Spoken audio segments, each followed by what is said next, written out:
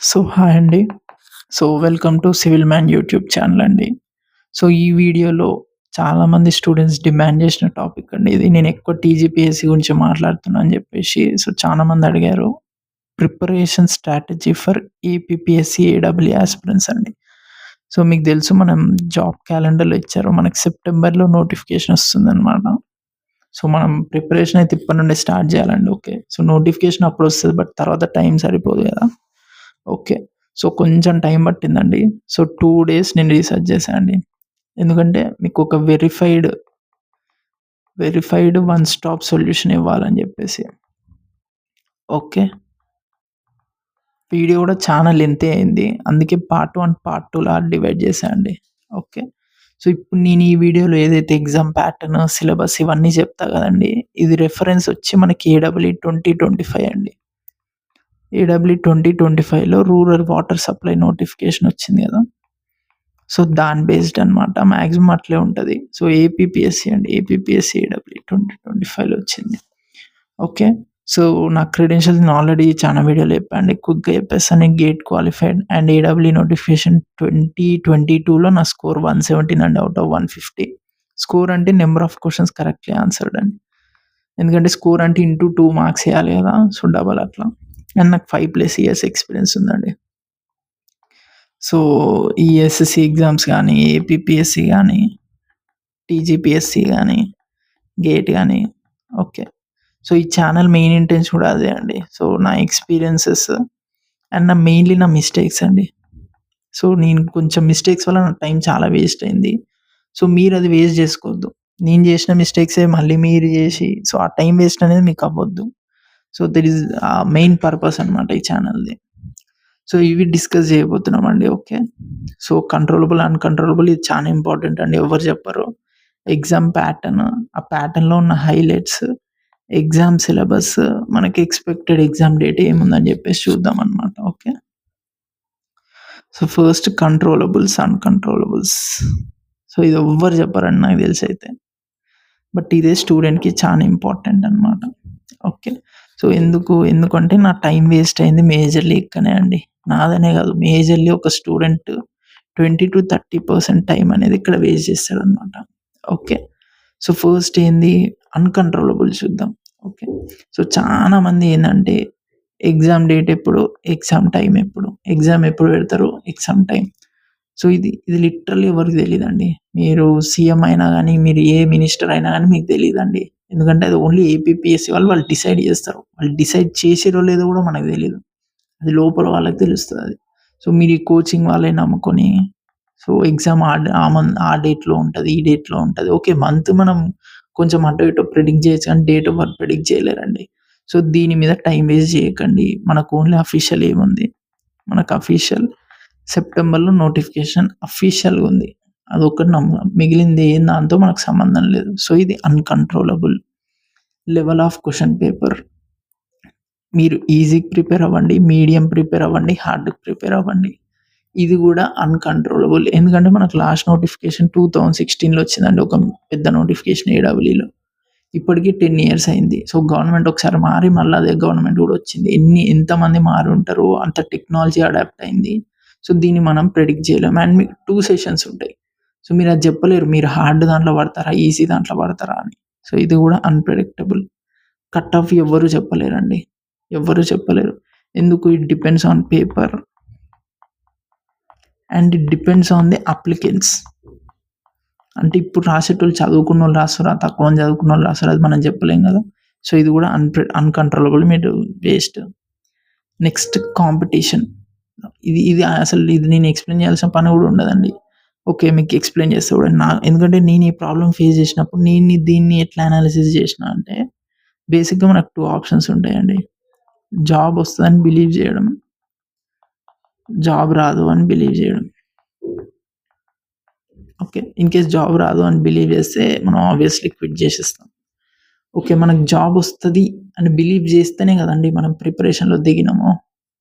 ఒకసారి మీరు కామ్‌గా ఆలోచించండి. ఇప్పుడు ప్రిపరేషన్ మనం ఎందుకు చేస్తాము? మాకు ఆబ్వియస్‌లీ జాబ్ వస్తదనే కదా ప్రిపరేషన్ చేసేది. మరి అట్లాంటప్పుడు మీకు కాంపిటీషన్‌తో సంబంధం ఎందుకు?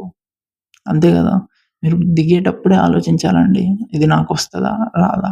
వస్తది అంటే దిగేసేయండి. రాదు అంటే వెనకకెళ్ళి వేరే పని చేసుకోండి. టైం వేస్ట్ కదా! సో, ఆ పాయింట్ అనేది మీ మైండ్‌లోకి స్ట్రాంగ్‌గా ఎక్కాలండి. నేను అందుకే ఇంత రూడ్‌గా చెప్తున్నా. వస్తదా నీకు? ప్రిపరేషన్ చెయ్యి. రాదా వదిలేసేయి. As hard as real as అండి ట్రూత్ ఇది. ఇది మీరు ఎప్పుడైతే మెంటల్‌గా ఫిక్స్ అయితారో అప్పుడు మీకు కాన్ఫిడెన్స్ కూడా హై ఉంటది. కాంపిటీషన్‌తో మనకు అవసరం లేదు. నాకొస్తది అని చెప్పి నేను ప్రిపరేషన్ చేస్తున్నా. రాకపోయినా నేను ఏదో ఒకటి చేసుకుంటా. సో, ఆ లెవెల్ ఆఫ్ కాన్ఫిడెన్స్ ఉండాలి మీకు. Next results, final selection. ఇది కూడా అన్‌ప్రెడిక్టబుల్ అండి. ఎందుకు? ఇది ప్రిపరేషన్ టైమ్‌లో మనకు చానా సార్లు వస్తదండి. నాకు జాబ్ వస్తదా? కొన్నిసార్లు ఏమొస్తది మనకు జాబ్ వస్తది. వచ్చినంక ఏం చేయాలన్న థాట్స్ కూడా వస్తా ఉంటాయన్నమాట. But you need to stay in moment అండి.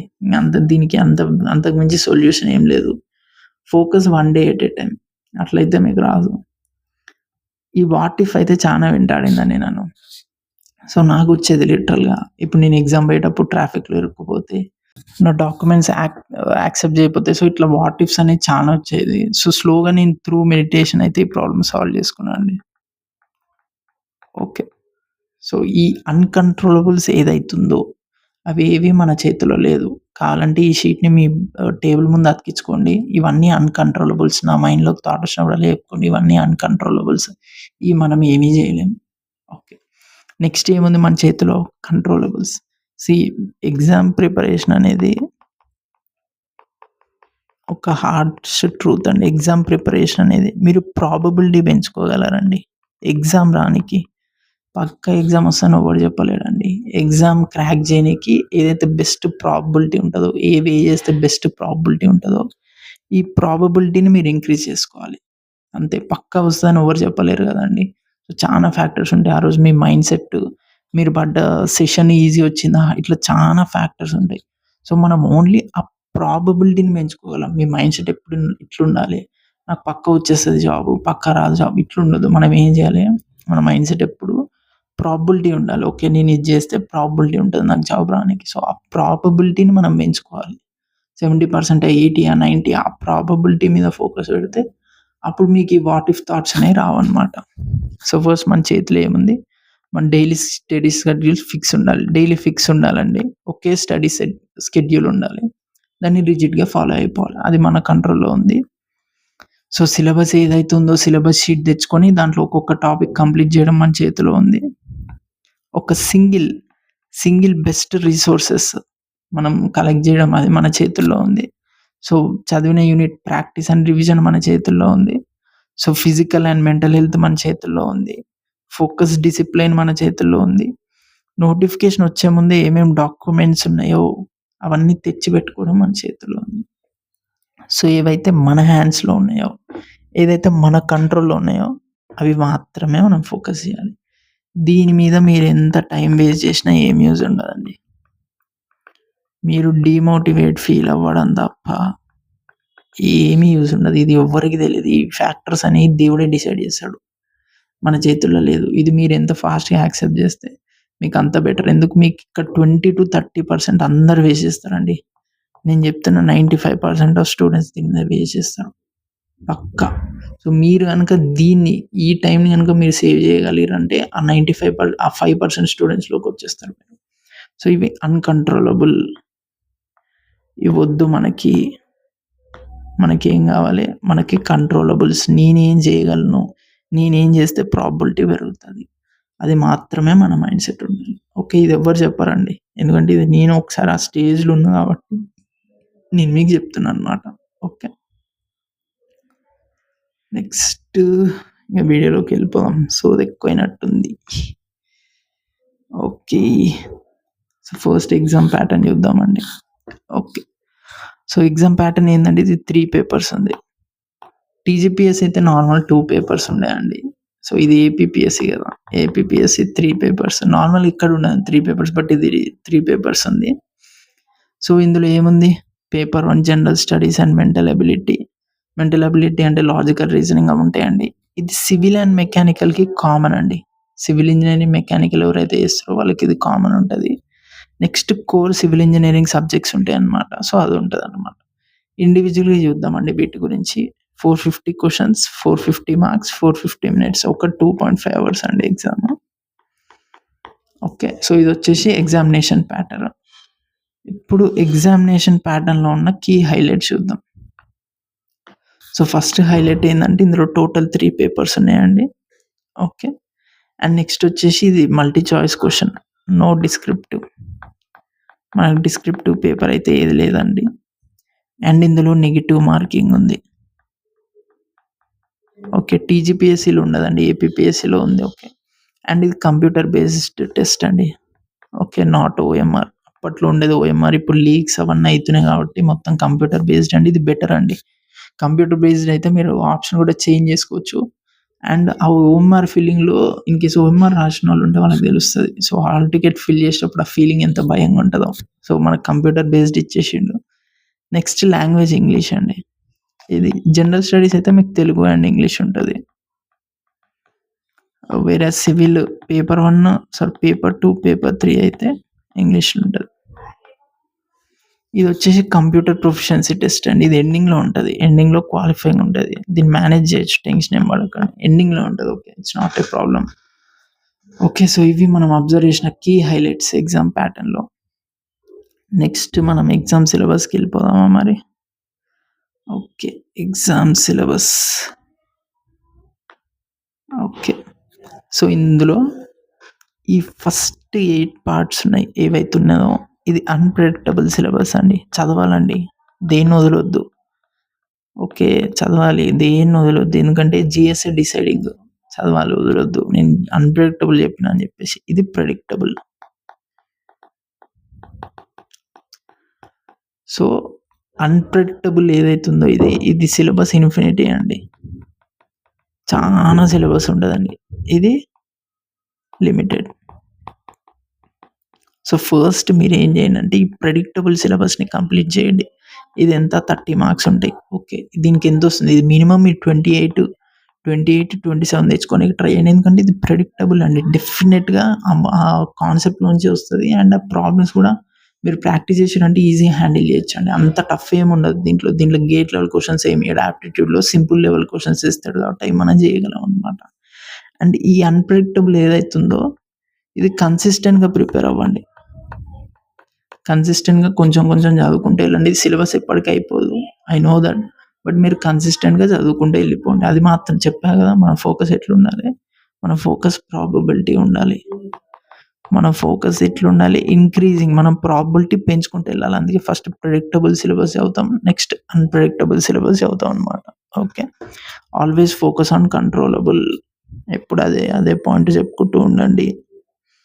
సో, మనకి ఇది అయిపోయింది కాబట్టి ఎగ్జామ్ సిలబస్. ఓకే. అది పేపర్ 1 సిలబస్ అండి. ఓకే. Paper 1 syllabus. ఇప్పుడు మనకి ఏం సిలబస్ ఉంది? ఇప్పుడు చూసేది పేపర్ 2 సిలబస్. ఇది సివిల్‌కి అండ్ మెకానికల్‌కి కామన్ అండి. ఓకే. ఇందులో ఉండే స్ట్రెంత్ ఆఫ్ మెటీరియల్స్‌లో ఇంజినీరింగ్ మెకానిక్స్ ఉందండి. టీజీపీఎస్సీలో అయితే ఉండదు. ఇందులో అయితే ఉంది. ఏది ఇంజినీరింగ్ మెకానిక్స్ ఉంది. ఓకే.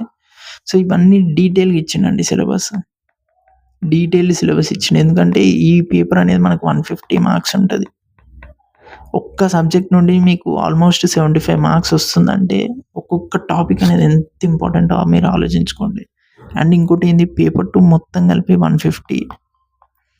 పేపర్ 3లో 9 సబ్జెక్ట్స్ ఉంటాయండి మీకు. 9 సబ్జెక్ట్స్ ఉంటాయి. ఈ 9 సబ్జెక్ట్స్ కలిపి 150. అంటే మీరు ఆలోచించండి ఈ పేపర్ ఎంత ఇంపార్టెంటో. నేను స్ట్రాటజీ అనేది నెక్స్ట్ వీడియోలో చెప్తాను. నేను జస్ట్ మీకు చెప్తాను ఎంత ఇంపార్టెంట్ ఎస్ఎం అండ్ ఎఫ్ఎం అనేది. ఈ వీడియోలో మనం ఎస్ఎం చూస్తున్నాం. S M and actual engineering mechanics కూడా ఉంది. బట్ అది ఎస్ఎంలోనే యాడ్ చేసిండు. ఎందుకంటే మెకానికల్ వాళ్ళు రాస్తున్నారు కాబట్టి ఇంజినీరింగ్ మెకానిక్స్ కూడా యాడ్ చేసేసిండనమాట. ఓకే. సో, మనకి నెక్స్ట్ ఏంటిది? నెక్స్ట్ ఎఫ్ఎం సిలబస్ ఉంటదండి. ఆబ్వియస్‌లీ ఎస్ఎం సిలబస్ చూసా కదా! FM and machinery. Okay. So, ఇందులో ఎఫ్ఎం హైడ్రాలిక్ మెషిన్స్ కూడా ఉంటదండి. హైడ్రాలిక్ మెషిన్స్ యాక్చువల్లీ నేను ఓపెన్ ఛానల్ ఫ్లో ఇందులో లేదనుకున్నా. బట్ అందులో ఉందండి. ఇది పేపర్ 3లో ఉంది ఓపెన్ ఛానల్ ఫ్లో. సో, ఇందులో జూసి లేదేంది ఓపెన్ ఛానల్ ఫ్లో అనుకున్నా. బట్ పేపర్ 3లో ఉంది. సో, ఓపెన్ ఛానల్ ఫ్లో గూడా చదవాలి. బట్ ఇందులో లేదు. ఏది పేపర్ 2లో లేదు. ఎస్ఎంఎఫ్ఎం ఉంది గదా! అందులో లేదు. వేరస్ పేపర్ 3 అన్ని సబ్జెక్ట్స్ ఉంది. అందులో ఓపెన్ ఛానల్ ఫ్లో అనేది ఉందన్నమాట. ఓకే. సో, ఇదొచ్చేసి సిలబస్. సో, ఎస్ఎంఎఫ్ఎం అనేది చాలా ఇంపార్టెంట్ అండి. మీరు గుర్తుపెట్టుకోవాలి. ఇప్పుడొచ్చేసి మనకి పేపర్ 3. సో, ఇందులో బిల్డింగ్ మెటీరియల్స్ ఉంది. Structure analysis, design of steel structure, design of concrete and machinery, construction planning and management. Structure analysis, design of steel structures very important అండి. తెలంగాణలో ఎక్కువ అడగడు. బట్ ఆంధ్రాలో అనేది major questions structure analysis, design of steel structures నుండి వస్తుంది. ఇది గూడా ఇంపార్టెంట్ అండి. Construction planning and management CPM అంటారు. ఇది గూడా ఇంపార్టెంట్. స్ట్రాటజీ చేసినాం మనం వీడియో చెప్పేద్దాం. మన ఛానల్ అయితే సబ్స్క్రైబ్ చేసి పెట్టుకోండి. Okay. So, hydraulics and water resource engineering ఇదిగో చూడండి open channel flow. Open channel flow ఏది? ఓపెన్ ఛానల్ ఫ్లో పేపర్ 3లో ఉంది. పేపర్ 2లో లేదని. ఎన్విరాన్మెంటల్ ఇంజినీరింగ్ ఇది కూడా important. Soil mechanics and foundation engineering, surveying and transport engineering. Actually transportation separate ఉంటుంది టీజీపీఎస్సీలో. బట్ ఏపీపీఎస్సీలో అయితే కంబైన్డ్ చేసి ఇచ్చేసిండనమాట. సో, ఇదండి పేపర్ 3 సిలబస్. సో, సిలబస్ చెప్పేసినాం. నెక్స్ట్ ఇంగ final expected exam date. Obviously ఇది అన్‌కంట్రోలబుల్లే. బట్ ఎక్స్‌పెక్టెడ్ మంత్ చెప్పొచ్చు అండి మనం. సో, మనకు నోటిఫికేషన్ అనేది సెప్టెంబర్‌లో వస్తుంది. ఇంకా నెక్స్ట్ ఏంటిది? మనకు పక్కా అప్లికేషన్‌కి 1 మంత్ టైం ఉంటదండి. 1 మంత్ 45 డేస్ టైం ఉంటది. ఆ కరెక్షన్ అని అదని చెప్పేసి 45 డేస్ టైం అయిపోద్ది కాబట్టి ఎక్స్‌పెక్టెడ్ మంత్. సో, ఇది సెప్టెంబర్ కాబట్టి ఇది ప్రాసెస్ అయిపోనీకి అక్టోబర్ అయిపోతది. November ending. Okay. November ending or December or beyond December. Okay. So, ఇది మినిమమ్ అండి. ఇది వర్స్ట్ సినారియో ఇది. ఓకే. మాక్సిమం నవంబర్ ఎండింగ్ అవ్వదు.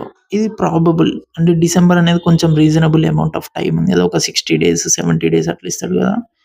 ఇది రీజనబుల్. ఇది ఇంగా మాక్సిమం టైమ్. ఇంగా డిసెంబర్ తర్వాత ఎప్పుడు పెడతాడంటే ఇంగ అది మనం చెప్పలేమండి. ఓకే. సో, ఇదొచ్చేసి వర్స్ట్ సినారియోలో ఇది రీజనబుల్ టైమ్. ఇది మాక్సిమం అనమాట. మీకు ఒక ఫిక్స్డ్ మంత్ కావాలి కాబట్టి ఇది చెప్తున్నా అండి. సో, ఇందులో నాకు తెలిసి పార్ట్ 1లో బేసిక్ డీటెయిల్స్ అయితే అన్నీ కవర్ చేసినా నేను. లేదు ఏదైనా మిస్ అయితుంది అంటే మీరు దాన్ని కామెంట్ చేయొచ్చు. మనం పార్ట్ 2లో దాన్ని కవర్ చేద్దాం. So, for more similar content you can subscribe us. Thank you.